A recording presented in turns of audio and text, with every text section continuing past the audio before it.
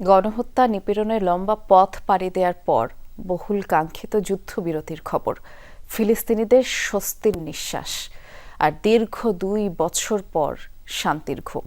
উপত্যকা জুড়ে আনন্দের জোয়ার। তবে পূর্ব অভিজ্ঞতা বলছে ইসরায়েলকে বিশ্বাস করা কঠিন, তাই স্বস্তি আর উল্লাসের মধ্যেও উদ্বেগ উৎকণ্ঠা থেকে পুরোপুরি মুক্ত হতে পারছেন না অনেকে।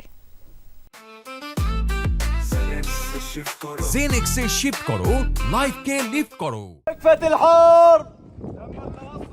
গাজার পথে পথে ছুটে যুদ্ধবিরতির খবর জানাচ্ছেন সাংবাদিক সালেহ আল জাফরাই।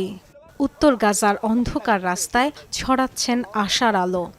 যাদের দুঃসাহসী কণ্ঠ যুদ্ধ কবলিত উপত্যকার খবর পৌঁছে দিয়েছে বিশ্বের কাছে, তাদের মুখেই আজ স্বস্তির বার্তা।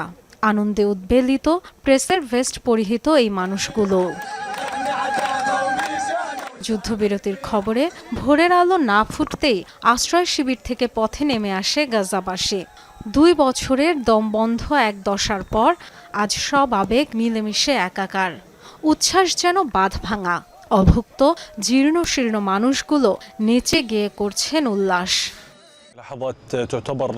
ঐতিহাসিক মুহূর্ত বোধহয় একেই বলে।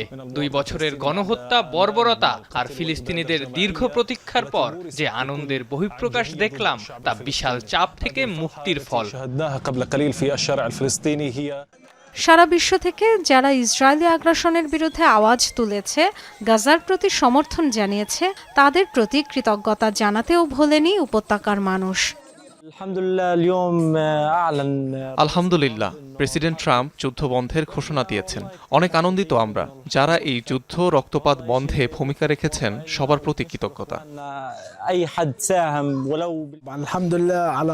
পুরো গাজা উপত্যকা, আরবরা, পুরো বিশ্ব আজ আনন্দিত যে যুদ্ধবিরতির মধ্য দিয়ে রক্তপাত বন্ধ হয়েছে। যারা আমাদের পাশে দাঁড়িয়েছেন, ধন্যবাদ। প্রতিদিনের মতো বোমার আওয়াজ নেই।